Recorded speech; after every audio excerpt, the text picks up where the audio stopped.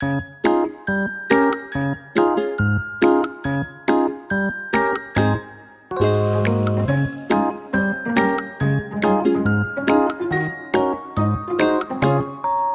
Everyone, my all friends, welcome to the learner online educational platform. दोस्तों, जो पिछला session लिया था दोस्तों, उसमें हमने बात की थी मनोविज्ञान के परिचय के बारे में, इंट्रोडक्शन टू साइकोलॉजी। दोस्तों, उसमें क्या है, उससे प्रश्न पूछ लिए जाते हैं। और दोस्तों, जो आज का टॉपिक है, इससे प्रश्न पूछे जा सकते हैं। दोस्तों, आज हमारा लेसन सेकंड है। और दोस्तों, आज हम इसमें बात करेंगे मनोविश्लेषणवादी सिद्धांत के बारे में। दोस्तों, वह दिया था सिगमंड फ्रायड के द्वारा दिया गया था। और दोस्तों, जो सिगमंड फ्रायड थे, ये फेमस साइकोलॉजिस्ट एवं ऑस्ट्रियन न्यूरोलॉजिस्ट थे। इनका जन्म ऑस्ट्रिया के फ्रीमैनबर्ग में हुआ था दोस्तों। तो दोस्तों, इन्होंने क्या है कि इन्होंने न्यूरोलॉजिस्ट थे और फेमस साइकोलॉजिस्ट थे। तो दोस्तों, इन्होंने क्या है कि 40 वर्ष तक नैदानिक अध्ययन किया। नैदानिक अध्ययन करने के बाद में दोस्तों अनुभव प्राप्त हुए। उन अनुभवों को दोस्तों इन्होंने मनोविश्लेषणवादी सिद्धांत दिया था दोस्तों। उसके अंतर्गत इन्होंने व्यक्त किया और दोस्तों इन्होंने सिद्धांत दिया। तो दोस्तों, इस सिद्धांत में क्या क्या खास बातें हैं, उसके बारे में दोस्तों हम बताएंगे।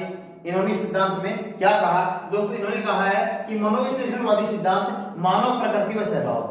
जो मनोविश्लेषणवादी सिद्धांत है दोस्तों, यह मानव प्रकृति व स्वभाव के बारे में कुछ पूर्व कल्पनाओं पर आधारित है। कुछ पूर्व कल्पनाएं होती है, उन पर यह आधारित है। दोस्तों, पूर्व कल्पनाएं कौन कौन सी हैं, क्या पूर्व कल्पनाएं हैं, उनका हम अध्ययन करेंगे। दोस्तों, उसमें है कि मानव व्यवहार बाह्य कारकों द्वारा निर्धारित होता है। मानव व्यवहार होता है दोस्तों, जो बाह्य कारक है वे निर्धारित करते हैं मानव व्यवहार को। तथा ऐसे व्यवहार अविवेकपूर्ण, अपरिवर्तनशील, समस्थैतिक तथा ज्ञेय होते हैं। ऐसे व्यवहार होते हैं दोस्तों जो अविवेकपूर्ण होते हैं, अपरिवर्तनशील होते हैं अर्थात उनमें कोई परिवर्तन नहीं होता है, तथा समस्थैतिक होते हैं अर्थात समान स्थिति बनाए रखते हैं, तथा ज्ञेय होते हैं तथा जानने योग्य होते हैं दोस्तों।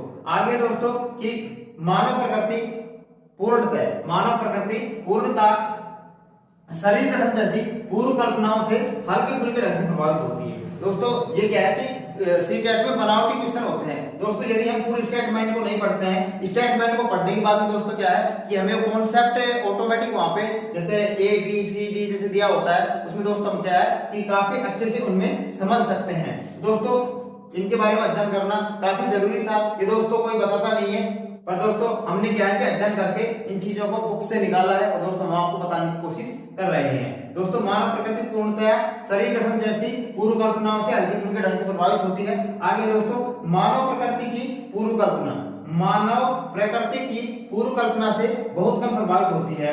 इन पूर्व कल्पनाओं पर आधारित मनोविश्लेषणात्मक सिद्धांत की व्याख्या 4 मुख्य भागों में बांटकर की जाती है। दोस्तों, 4 मुख्य भाग कौन से हैं, इसके बारे में भी हम आपको बता रहे हैं। सिगमंड फ्रायड ने जो व्यक्तित्व का मनोविश्लेषणवादी सिद्धांत दिया दोस्तों, उसका जो क्लासिफिकेशन किया है उन्होंने दोस्तों 4 प्रकार से किया है। अर्थात यदि परीक्षा में प्रश्न पूछ लिया जाता है कि व्यक्तित्व का मनोविश्लेषणात्मक सिद्धांत है, उसको कितने भागों में वर्गीकृत किया गया है दोस्तों, तो 4 भागों में वर्गीकृत किया गया है। तो दोस्तों, उनमें जो पहला भाग है वह है दोस्तों व्यक्तित्व का संगठन, और जो सेकंड भाग है दोस्तों वो है व्यक्तित्व की संरचना, और जो थर्ड भाग है वो है व्यक्तित्व की गति की, और जो चौथा है दोस्तों व्यक्तित्व का विकास। दोस्तों, इन्होंने मनोविश्लेषणात्मक सिद्धांत दोस्तों इन चार चीजों पे ध्यान दिया है। व्यक्तित्व के संगठन पर, व्यक्तित्व की संरचना पर, व्यक्तित्व की गतिविधि पर और व्यक्तित्व के विकास पर। तो दोस्तों, जो व्यक्तित्व का संगठन है अर्थात ऑर्गेनाइजेशन ऑफ पर्सनैलिटी, उसके अंतर्गत दोस्तों इन्होंने 3 चीजें दी। इसमें माइंड के प्रकार बताए, वो दोस्तों कौन कौन से बताए, वो बताए दोस्तों कि मन, चेतन मन होता है, अर्धचेतन होता है और दोस्तों अचेतन होता है। 3 प्रकार के मन की बात कही इन्होंने व्यक्तित्व के संगठन के अंतर्गत। और दोस्तों इन्होंने क्या कहा कि व्यक्तित्व की संरचना होती है दोस्तों इड, ईगो और सुपर ईगो। 3 प्रकार के व्यक्तित्व की संरचना होती है। इनकी दोस्तों जो हम ये बता रहे हैं, इनके बारे में दोस्तों इन टॉपिक्स पर डिस्कस प्रॉपर क्लास में किया जाएगा। अब हम दोस्तों आपको बेसिक नॉलेज दे रहे हैं, बेसिक में बता रहे हैं, बाकी इनके बारे में विस्तार से वीडियो आपको मिल जाएगी। और दोस्तों थर्ड बात की थी इन्होंने व्यक्तित्व की गतिकी पर, जिसमें दोस्तों इंस्टिंक्ट की बात की थी। अर्थात इन्होंने इंस्टिंक्ट की बात की थी दोस्तों। व्यक्तित्व की गतिकी में आपने देखा होगा कि इन्होंने जीवन मूल प्रवृत्ति और मृत्यु मूल प्रवृत्ति की बात की थी। जिसमें दोस्तों इन्होंने इरोस थैलेटोस की बात की थी।